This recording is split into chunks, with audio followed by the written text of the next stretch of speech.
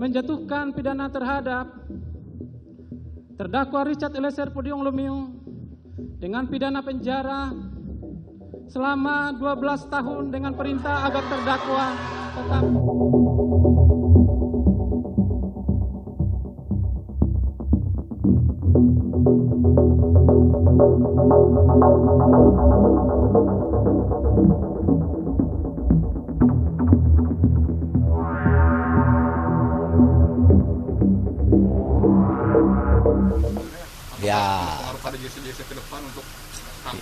ya silakan aja, nanti kan masih ada pledoi, kemudian ada putusan majelis gitu. Saya melihat kalau Kejaksaan Agung sudah independen dan saya kawal terus jadi independen. Kasus pemerkosaan yang di Kemenkop UKM itu perintahnya penyelidikan baru atau gimana Pak?